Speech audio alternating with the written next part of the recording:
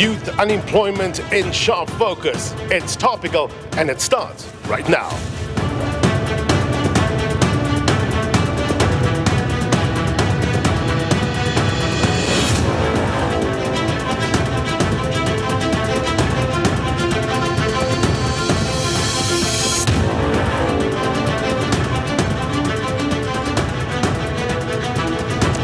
We're live from the Hector Pieterson Museum in Soweto. It is a special, significant place. Why? Because it's dedicated to preserving the memories of the 1976 Soweto uprisings, as well as other historical moments, like you see on your screen, videos of Steve Biko. Let's give you some broad strokes of where we are. Out this window is Orlando West. Significant place indeed. It's full of photographs. It's full of newspaper clippings. Have a look at this. The World Monday, March 8th, 1976. It tells a story, right? These photographs as well tells another story. It tells a story of culture. It tells a story of resistance. It tells a story of a new generation expressing itself.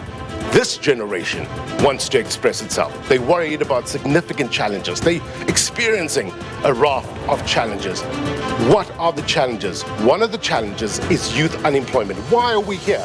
It is important to know the past in order to know how to deal with the challenges of the future and present. It also gives you fresh energy in order to tackle some of these challenges. Let's walk and talk. This sets the scene in terms of why we're here. We're talking about youth unemployment, and we've gathered youth right here at the Hector Pieterson Museum. They're here to express themselves, to understand the issues that are facing the youth today. Unemployment, official numbers sitting at about 32.9%, but it goes broader when you talk about the youth. What are the challenges? What's the state of play? But more importantly, what are some of the solutions? That's what we're gonna be discussing tonight. Thank you very much indeed to our audience. You can have a seat. We've invited also some of the better minds to part the way forward and help us understand where we're going to. Let me introduce them. Thulisa Ndlela is from the National Youth Development Agency board member. Azande Ralephenya is the managing executive at EmpowerYouth lead. Thank you very much indeed. And economic analyst Tabiso Mongane, who is also a developmental strategist, international business fundi, tech entrepreneur. I need to stop here because we don't have enough time for your CV. Thank you very much indeed for your time. As you know, audience, please, if you could raise your hand, I want to be part of that section. I want you to talk to our guests. I want to get some answers. We need to get to a better place. We can't be in this current situation. We need to understand what are the avenues of opportunity. But first, let's set the scene first. I want to tell you a story about Gabos Tabella. He is a young man who is from the north of Pretoria. And his story is about survival, about grit, and about sacrifice. He is from a family of about 8 members.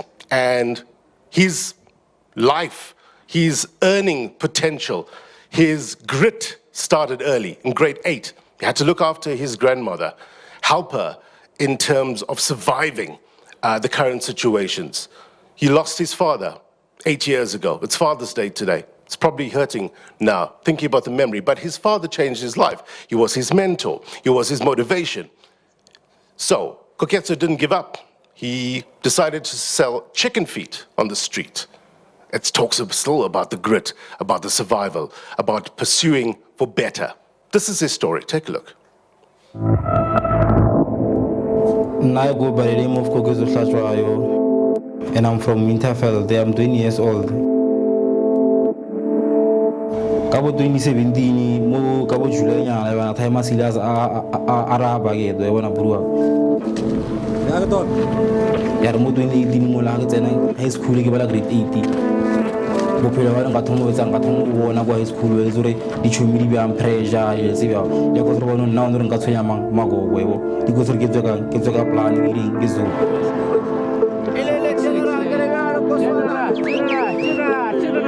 So naizar mo 2023 akuveta school hedi ala ora vela giring this thing ya hasel kids serious ke make sure by 5 to 5 ke tsang ke zo go jara teng ke la laba to ba bese ya 20 past 5 ba yuzuru kwa ba kra manage drink ba kra mo kai ke grow strength from ba ba ruletseng general youth ruletseng ka 1976 6 o'clock ke ba ke sistema go nya energy drink nna ka tlhaga ntse ke pusha ka matwana go ma 150 by 6 o'clock ke be ke tshwere ba ba energy drink di kwa ema go nya di pupo every day ka tso wa ke alwa ntlalwana register khona volang unemployment le poverty go jara teng kwa le nna khona register ke be di choko mo bageng weekend ke tseng go banka social le tswana le majensi a mangwe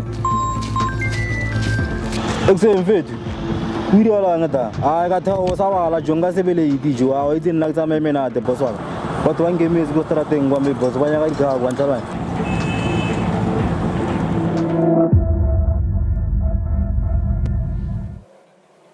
Tells a story of South Africa, right? Live realities on the ground. That's what it's all about, and trying to understand the challenges on the ground. Many thanks to its topical producer, Xolani Ringane, as well as the executive producer of its topical, Maki Ketlemotlabe. Let's get into the conversation with our guest and talk to Thulisa specifically about understanding the state of play. It's important. Why? Because it helps us understand where the avenues of opportunity are. When you watch inserts like that of Koketso, what does it make you feel in terms of the mission and the purpose of your organization? And we're currently still dealing with issues like this. Thank you very much for having us, and good to you.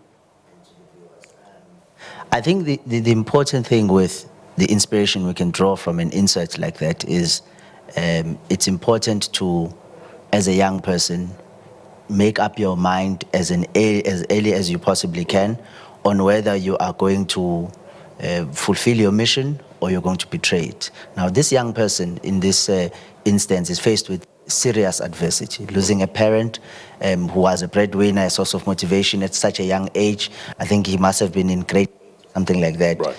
Is a serious challenge, you know. But it fills me with such inspiration to see a young person who is able to make do with the little and the unfortunate set of circumstances. And the important thing for me, in line with what the NYDA does, this young person does not go and look for a job. I'm sure if you spoke to him a little bit more, he'll tell you he may have considered that or may have tried that situation, right. But he decided to enterprise. He looked at his community and found a gap of an activity that he can do to provide a solution to the community, but whilst making a living out of it. Right. And that is what at the National Youth Development Agency we encourage young people to do.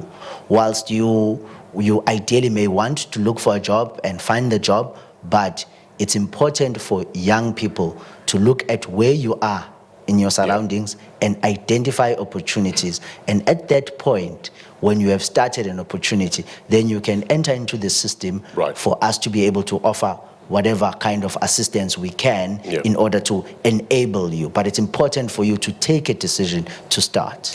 Azande, why are people discouraged? Why are people not taking a position of starting? What's your experience on the ground in terms of what's driving up unemployment among the youth? I think it's the environment, yep, that they're surrounded by. You know, I think when you look at young people, especially in peri-urban areas, townships or rural areas, they are not afforded the opportunities to get access to a lot of things, you know, like technology, information, connections.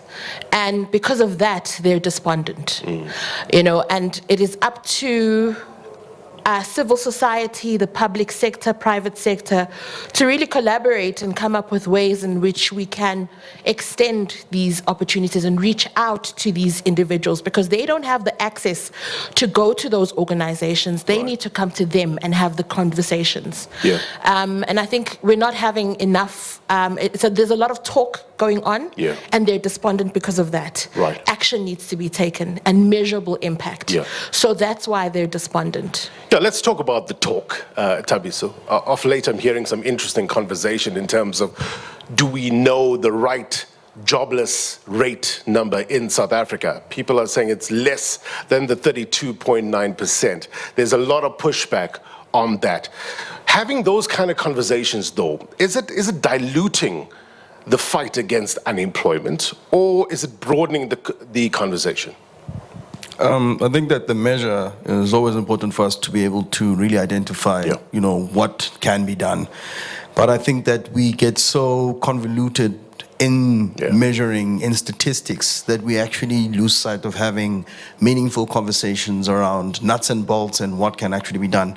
And I think that the unemployment space in South Africa is really missing something very critical, which is a solution space. Right. We talk about problems, we identify them, we hyper-identify them, and we diagnose them, but we don't really get into the solution space of how we're actually going to solve them.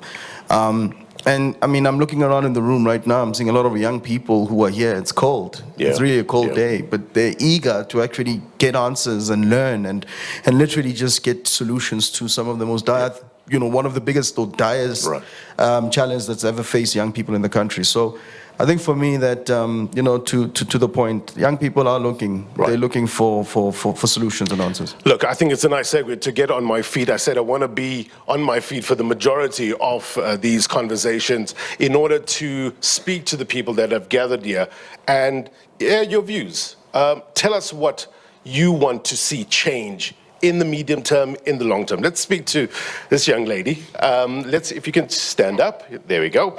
Tell us your name and maybe your question or your concerns. Okay, my name is Lindogo Shemguni.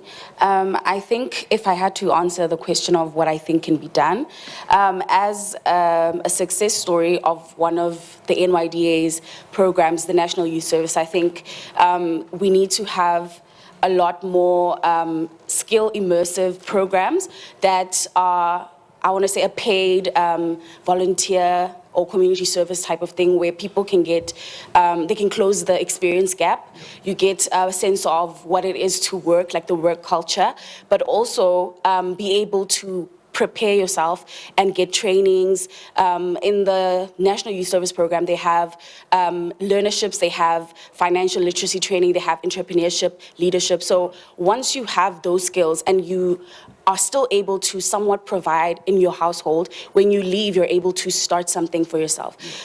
So I would say that if we could allow some young people the chance to have paid community service, which will empower the community, empower the young person, but also allow them to gain a sense of confidence and understand themselves and what they want to do afterwards, because not everyone knows exactly what they want to do. I want to explore that in the short while. Let me go across the stage and hear from this young man. Tell us your name and some of the challenges you're facing. Thank you very much. My name is Evans Mabatu. I'm the president of DODEA, the Defenders of the Decolonized Education in Africa. First and foremost, the first problem that we have in South Africa and in Africa at large is the educational system. So we cannot expect to be entrepreneurs without having adequate skills from the school. It starts with the market as well. We're saying we want to be entrepreneurs, but we'll be subjected to selling chicken feet. We are not in the serious industries. But what is wrong with the educational system? The educational system of South Africa, as I compare it with of China, we can say it's 50 years behind. You check the Chinese educational system is 100 years beyond. It's based on practicality. The Chinese educational system is based on practicality. You check the educational system of South Africa. It's based on theory. We are being fed a lot of theories that we cannot even practice in the society. I was watching on Twitter the video, or it was a picture actually, of a Chinese student or a Chinese learner in a junior grade. He was being taught how to design a car, how to come up with technology surrounding the car industry. You check the South African one, it was comparing the tweet. He was being given a dildo. You know, you can check those things that the South African... I hear you. So it's practical experience and on the field work in order to maybe get into the entrepreneurial spirit. Is that what you're saying? Definitely. Okay. We need an educational system that will give us skills that resonate with our issues and our realities in the communities. All right, let's hear from more youth. We're going to come back to the panel in a short while. Just think about in terms of whether that's a fair comment, whether our educational system is really as how the young gentleman has described it. We'll talk a bit about that in a short while. Let's hear from you, sir. Yes. Some of the challenges you're facing? Sanbona, mina ngegama ngomongezi, I'm from Youth Life. The way mina ngibona ngakona, the challenges are there, but as the president introduced the PYEI in 2020, I think there's a difference now because such initiatives they are taking part because I'm a product of NYS and I was adopted by an MPO that is Youth Life. So now I'm part of the NYDA and the NYS. We are implementing the programs such as NYS or across the country. So I think now the government must come up with the strategy to increase that 20,000 of participants to 100,000 so that the unemployment rate can decrease. Right. Yes. Thulisa, let's talk about the education system and some of the programs that you have in the NYDA in order to talk to some of the issues that's being raised here. Well, I think maybe let me start with the last one. I must first say I'm surprised to see beneficiaries of the NYDA. Wherever I go, I hardly see them, and I sometimes go back to the office and I say to the colleagues, where are these people? I'm surprised to see them, gladly surprised. And I must just say, the phase 4 of the National Youth Service is currently open for young people to apply. Yeah. It closes on the last day of this month. It's been open for 2 months now. It's on sayouth.mobi. And although we would have wanted, we did make a submission of 150,000 young people to be absorbed, but we were able to be approved 40,000, which is 100% growth to what we currently have, which is 20,000. So we take that. We are hoping for more, because what NYS has been able to do is to give a young person an opportunity to transition from learning to earning. It really, for most young people, has become the opportunity for them to interact with the workspace.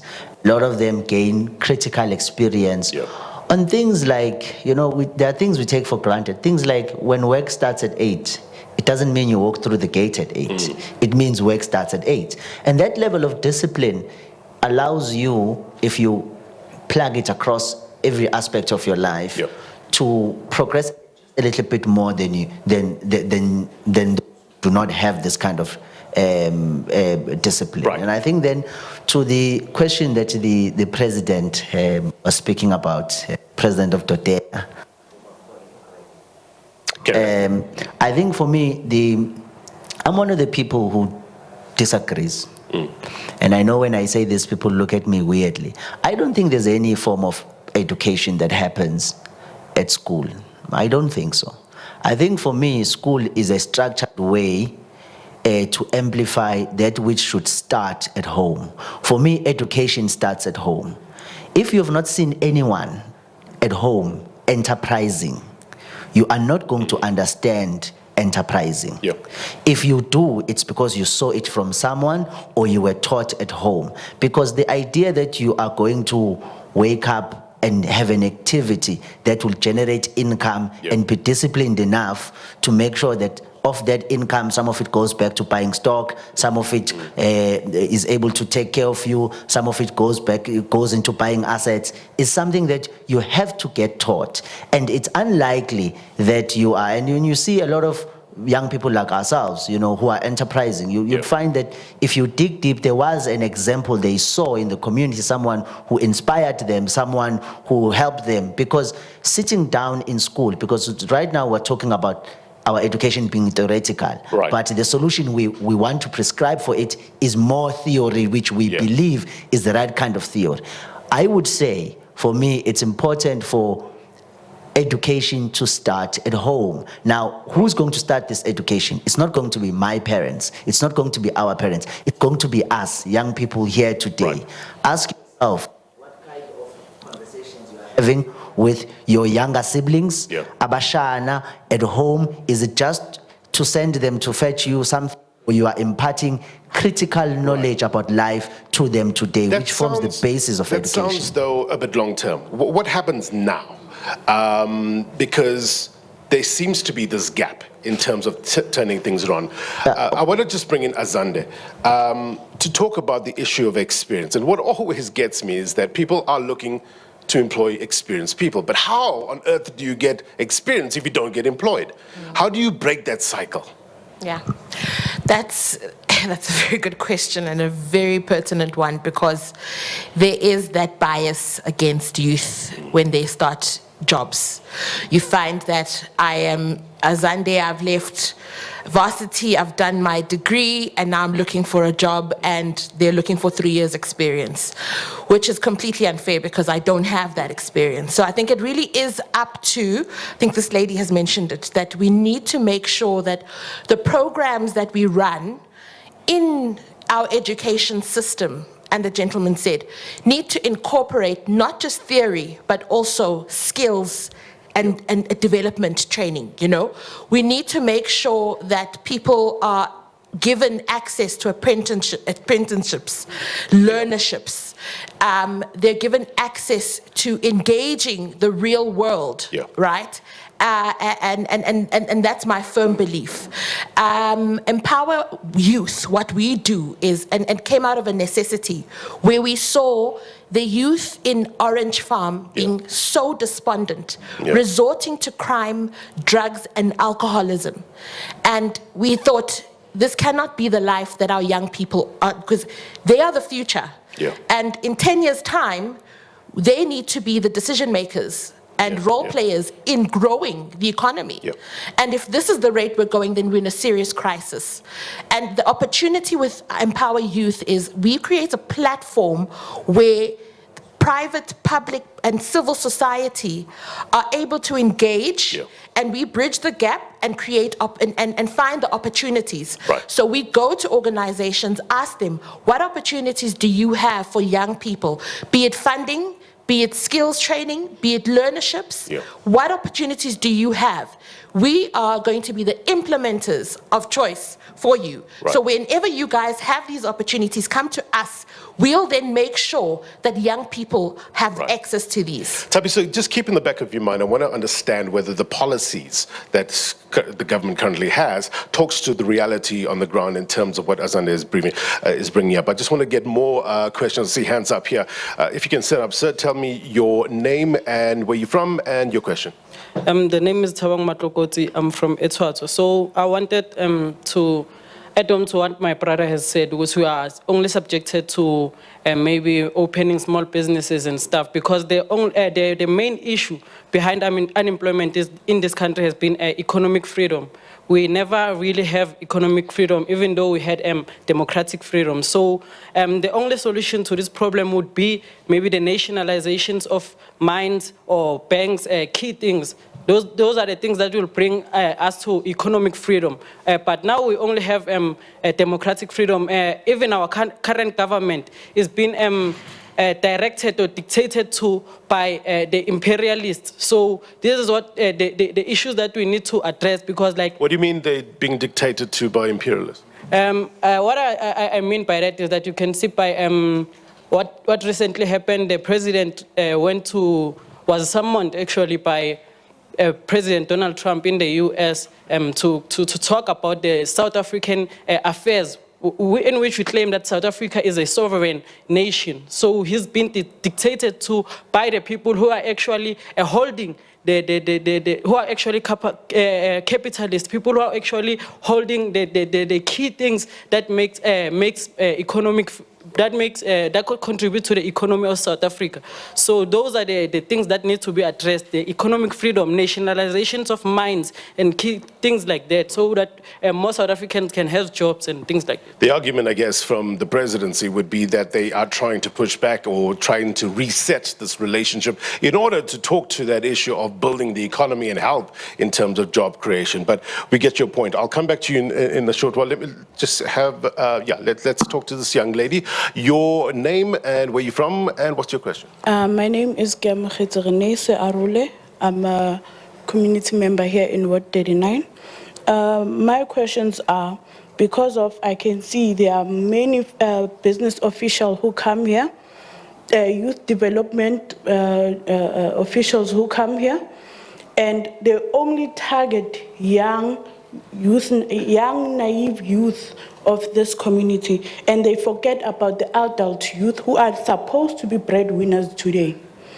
And this is causing high rate of unemployment, causing alcohol and drug abuse, unwanted and unplanned pregnancies here in this community, and high rate in crime in South Africa as a whole. So I want to know about those, what are you going to do about those kind of people who are academically not skilled but can produce something with their hands and turn it into gold?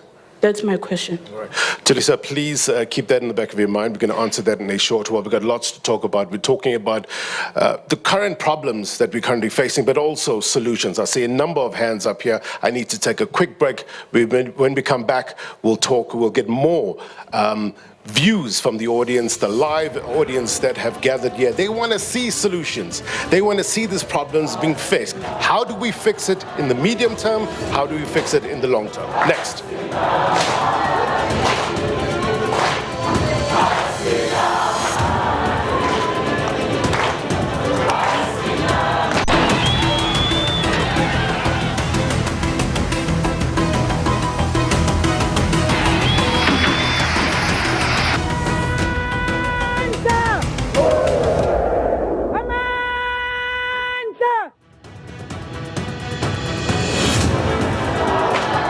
We're live from Soweto, the Hector Pieterson Museum.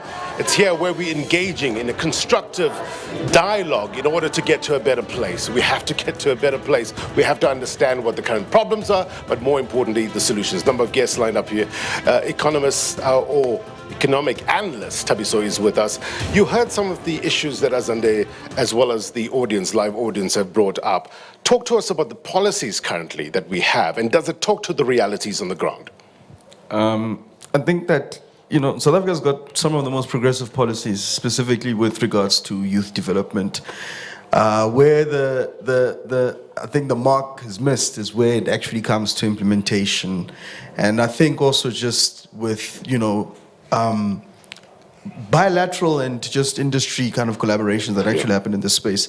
So the partnership space is something that I think is also quite tricky to actually then drive that. But, I've been listening and it's actually quite funny. I think it's very important that the young people understand how the economy actually works.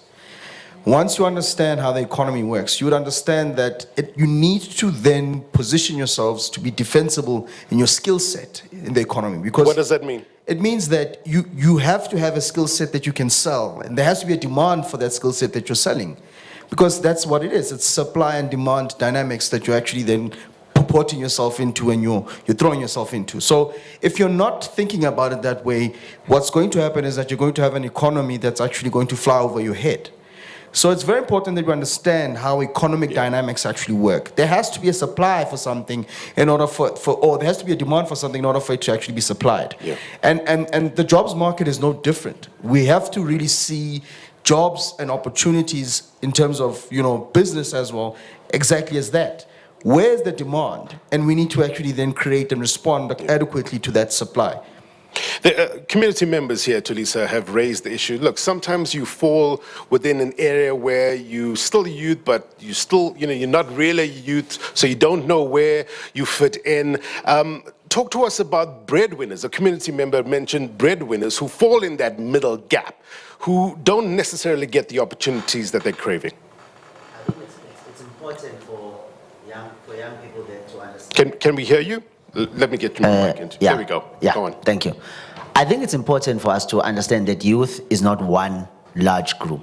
Youth is differentiated according to where they are in life. Yeah. There are young people who are in school. When you go and engage them, you've got to talk to them about career opportunities, decisions they make about the future, because there's still an opportunity to either choose maths or maths lit. Those are important things to them. So obviously when we run a program like that and we do so in this community or any other community, it might not necessarily be relevant to a person who's an out of school young person. Yeah.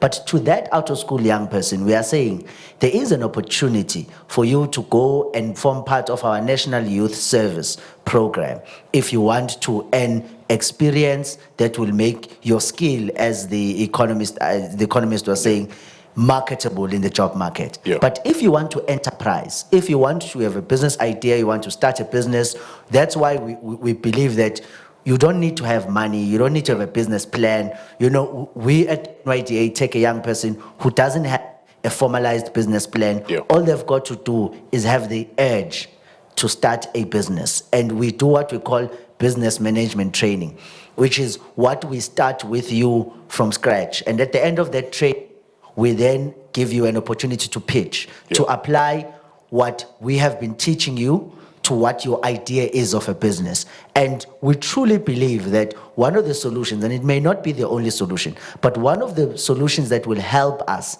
drive society and drive this question down of unemployment is if more and more young people enterprise. And to my brother who spoke about small businesses, to say, why do we start in small businesses? Because the barrier of entry is low. Yeah.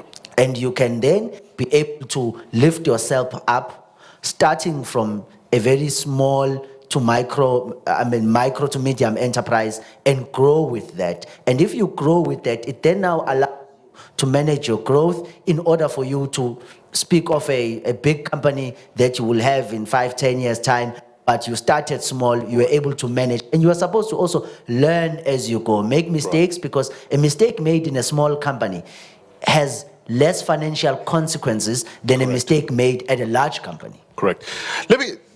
Look, there's so many programs out there, but I wonder maybe if I can just get a sense from the audience gathered. Do we know where to go? Do we know what sort of path to follow?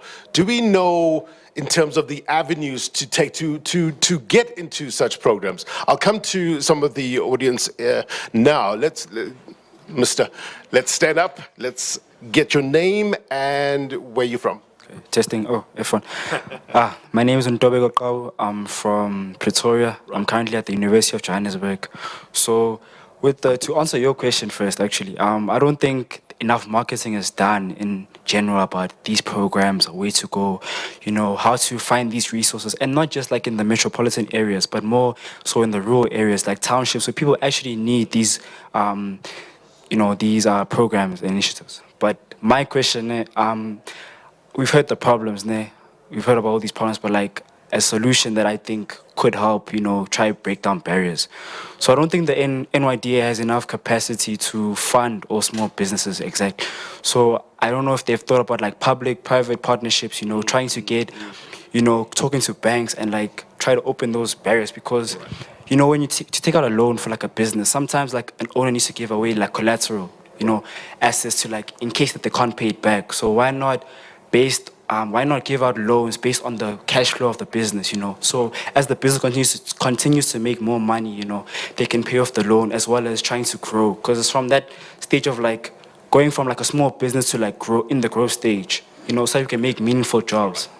Thulisa, maybe that's for you. We'll come to you in a short while, as well as Azande, if you can maybe assist us in terms of some of those programs that can get to that place. Let's hear from more voices. Sorry, you're going to see us cross the line a lot of times. Yeah, it's a small space, but we're trying to get as many voices as we can.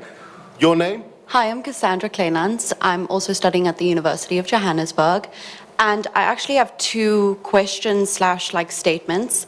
So my main worry is that if people were to enterprise within small communities, what if the enterprising opportunity is instead to sell illicit drugs and, things that could still make them money but isn't necessarily ethical? But on top of that, I also kind of disagree with what the market wants in terms of The Economist, because of the fact that as a humanities student, we are misrepresented, underfunded, and we are literally the backbone of society. And it feels as though people are becoming, what's the word?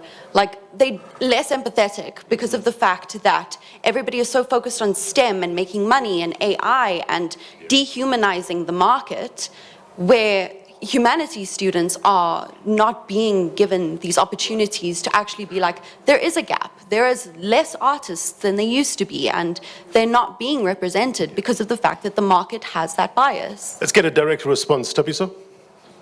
And that's exactly what it is. It's a market response. Yeah. It's the market saying to you that this might not be a skill set that we have kind of positioned ourselves as a country to find purpose in, but also find some form of trade spin-off with, our external partners, our export partners, and that's just the reality of it. The market is a living organism, and I think it's our responsibility to actually then respond to it adequately so that we can actually then not only find opportunities, but also to create a bit of a difference in terms of, the changeover. I mean, you can imagine in an instance where, you were in a position to, or you were a doctor, but you had humanities interests that you could pursue on the side, and you had the financial means to basically do that. So that's basically what we need to kind of set in our minds, that the reality of this country right now is that we're in a real crisis. This is a generational failure. And that generational failure requires us to actually respond radically. And sometimes that means we're going to have to do things that are not comfortable with us. Right. Let me get more reaction here as I hop over some bags. There we go. Your name and your question? Hi, my name is Amanda. I'm also a student at the University of Johannesburg. I think it's a bit careless to say that we need to be very radical about what we are choosing to gain as a skill set in order to participate in the global economy, in the market. So are we now saying that all the humanities students are meant to now excuse themselves from the economy because they do not necessarily have the skill set that is being required by the market? And I think that is very problematic, because considering the kind of country that we are in right now, it's very important that we empower our youth, we empower very young people to pursue things that they know that they have a passion in, they know that they can also give back into the community and not just serve the interest of the market. That in itself is not acceptable at all. Market access, Azande, and maybe the right industry, I don't know what the right industry is to focus on. Is that something of a conversation? I think my colleague here, Thulisa, is quite excited to answer that one. I'll follow through with it. Okay, let's hear from you, Thulisa.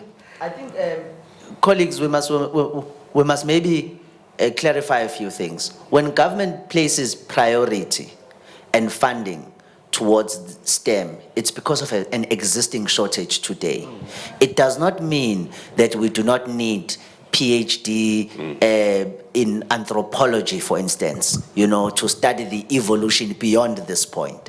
There are certain academic skills that are required, but we cannot, in good conscience, sit here and not highlight a shortage when our economy has a shortage. So where there is a shortage, with the limited resources that are available in the fiscus, you are going to prioritize where there is a shortage. But this is not to say that people in humanities and students who are doing humanities must then give up because they're not part of the community. That was not the comment. That is not the comment. But it is to say today, the shortage is in the STEM, and we are encouraging young people, those of them who are still in high school, in order to broaden their career opportunities, to do pure mathematics, so that when the time comes to choose a field, there are no fields that are closed to them simply because they did not do pure mathematics. Now, they may as well go to humanities at that point, but at least they've got an option open to them. So we have a responsibility,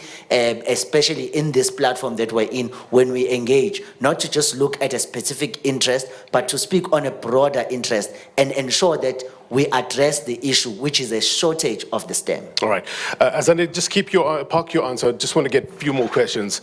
So if you can stand up, tell me your name and your question. Thank you. My name is Gift Lamola from Andane Panda NPC. We do hand skills programs. Okay, my question is that how do you assist NPC and NPOs with funds so that they can also help to develop our youth? Then again, gentleman there, he raised a point of, he said, education starts at home. But now, the very same education, when you get to the school, you get a different education because our kids, they have too much rights. So the government maybe must cut those rights there because. What do you mean? What, too much rights? Our kids, they have rights. So you can't discipline them. You know, our teachers, they have certain limit on our kids. Right. Yes, so now I think maybe those rights, they must be limited to our kids. In what way? Because look, many parents might be listening to this and say, "What are you talking about? Disciplining your children in terms of corporal punishment? What exactly are you talking about?" Technically, kids can't be disciplined at schools. As the gentleman said, education begins at home. But I'm saying that okay, you teach your kids this, then when they get to school, they have been taught something different. So technically, our kids, they have more rights than us as parents. All right, I'll get some response from that in a short while. So if you can stand up, tell me your full name and your question. Yes, the name is Tabiso Katazil, right? I just have a question primarily around, I'm an entrepreneur by right as well, primarily around the youth. Unfortunately, we've been dealt a bad hand at this point. The youth were told that you must study maths, do that, take this degree and that course. But unfortunately, we can't get to this point still within the value chain of youth development. We're still unemployed, right? So the question I have is that what are we intending to do with that, with those youth? You get what I'm saying? It's unfortunate that we are here. And like I've said, we've been dealt a bad hand. The question is that what happens post then? We have a lot of young people despondent, a lot of young people unemployed, that they're chilling in communities, there's a lot of crime that is happening, right? But the question is that what are we doing with that? Yes, we can argue that the education system failed us, right? Yes, that's a real cause for us to actively work on the current young people that are currently in the system. But the ones that got out, what are we doing with them? Because those are the despondent youth, those are the ones that are contributing to that statistics. So that's a question posed primarily to the NYDA as to what's the plan thereof, right? Yes, I can talk about entrepreneurship from my end, that even when I started doing business as well, there's a solution we've created for young people. We had about 2,000 young people on our platform. We were giving them micro jobs, right? And it's unfortunately they had to die in natural death. But that's one of the things that we were proactively doing to try and address this notion or this issue of youth unemployment in this country. Thulisa, let me throw that to you, sorry. Let me throw that to you to answer. And also, maybe if you want to tackle children having too much rights. Yeah, no, I think let me start with what my brother was talking about now. I think, my brother, the road you have taken of enterprising is a road less traveled. And you, more than anyone, have the skills now and the practical experience to mentor a group of young boys in your community who have not even started about business. You mentor them about what it is that you have done and what lessons have you learned. In that way, you start this education and planting the seed to them about the possibility of enterprising. Now, there's value in the lessons that you have gotten that no life orientation subject or no other subject, even if it's business economics, can teach them, because you are in their community, you are within their culture, certain things that are unique to your culture. And them, you know, they'll be able to benefit from. So I think it's important, not just to you, I'm making an example with you, but I'm just saying the point is those of us who have had some form of experience, whether good or bad, owe it to this generation and this country in order to pass it on to the next generation so that they do not make the same mistakes or they are able to learn from it. Right. And you know, my brother, that in terms of education and how our education in school has prioritized maths is because of the shortage, and we will not, unfortunately, say that mustn't be the case because the shortage still exists. So we're still going to say to young people, they must study maths, those who can, because they are responding to an existing shortage in order for us to have possible future engineers, you know, people who are going to build our infrastructure and all these other things. And then on the issue of rights, you know, I can accept this argument from my father. Yeah. Not from me. You know, not from someone my age or someone, like I said, I'm 35 years old now, and I'm a parent, I'm a father to 2 young children.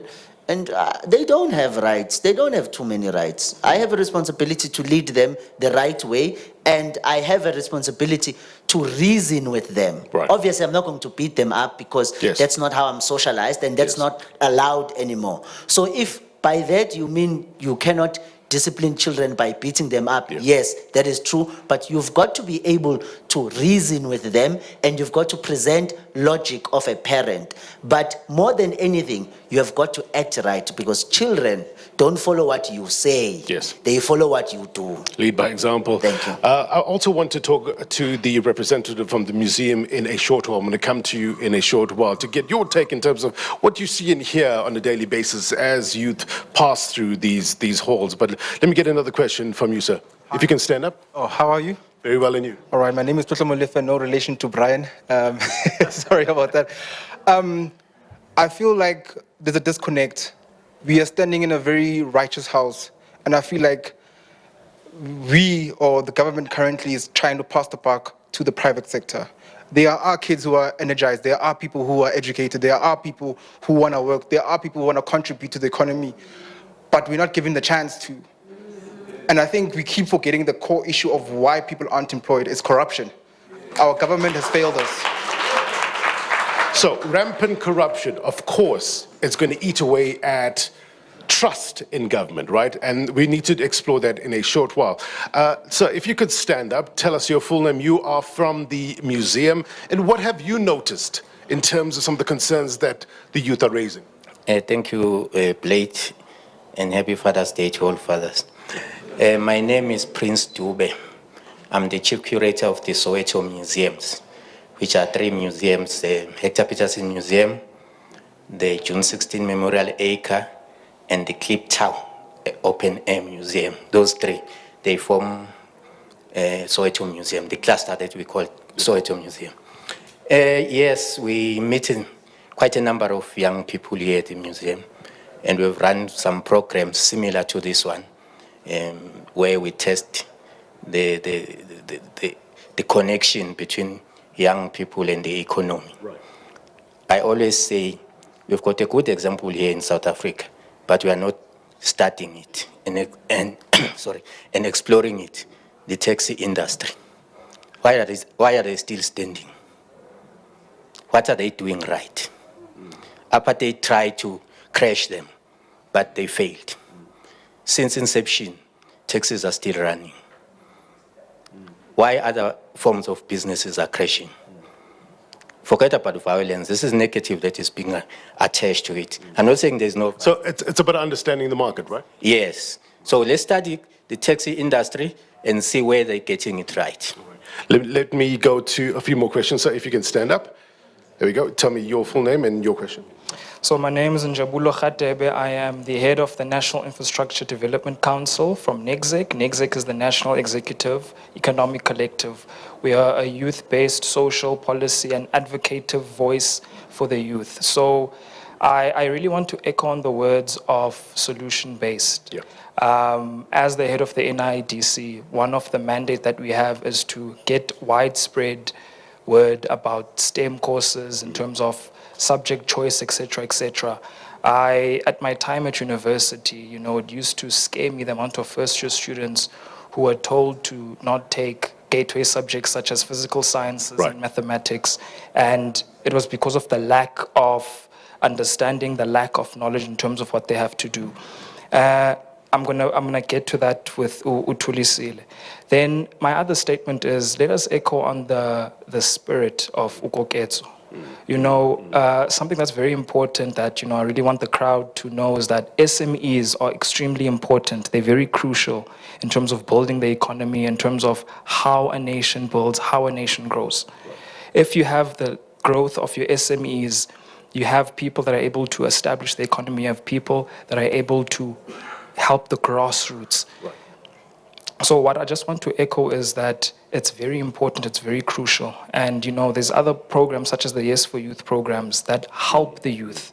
as much as we don't get the opportunity to all get inside, etc., but the mere fact that we have something such as the Yes for Youth programs, it allows us the platform, it allows us the space, it allows for us to be heard, and it gives us that necessary exposure and experience for us to be put out there in the private sector, out there to certain companies. So some of the solutions coming through. We've got a few more minutes to go. Let's try to get as many as possible before we get our closing statements.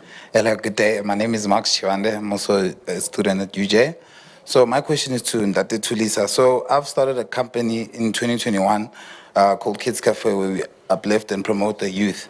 And there's so much red tape around market periods for us to just enter, for us to get funding. And I just want to find out, how is it possible that you are also astounded that you don't meet much beneficiaries of NYDAs. So I just want you to explain to me, how can I prosper and how can I go on and make it work for myself? Thank you very much. Let's hear from you. My name is Gabos Tabella, and I'm from the University of Johannesburg, and I'm from Orange Farm. Sir here mentioned the fact of the importance of the SMMEs.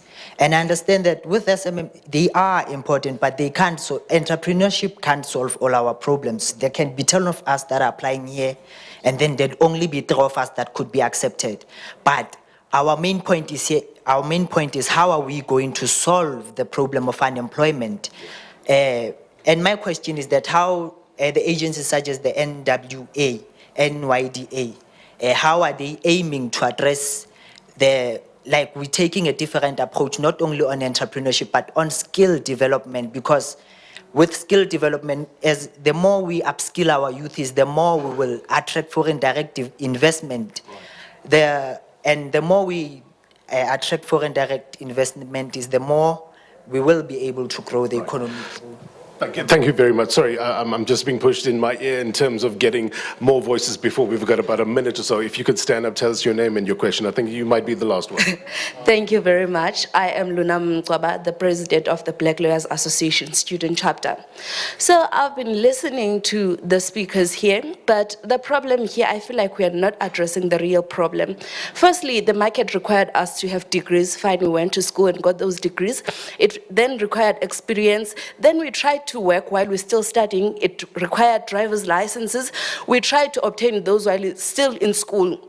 But still, nothing is showing up, nothing is happening. And how do we exactly hit the mark? We've done your maths and physics. There are many people who have done that, but they're still sitting destitute. They're not finding jobs. They're engineers with no jobs. And doctors, we've seen doctors marching because there are no jobs. So how exactly do we hit the mark so that we get chosen for these things, or even the programs that are available? Because we apply all the time, but we're not considered. Okay, I know there are a lot of people that are going to be angry at me. We just fast run out of time. I need to get closing comments and some of the answers to your questions. Thulisa, to you first. We've got about a minute or so. I think I'm going to speak on 2 things. One, the University of Johannesburg students, please go and read the research that was published in 2017 by your School of Business. Now, your School of Business says between 2005 and 2016, of the 300 odd listed JSE listed companies, the top 50 held 1.4 trillion rands in reserve. Now, this is not money that they are distributing. This is money they are keeping in the bank.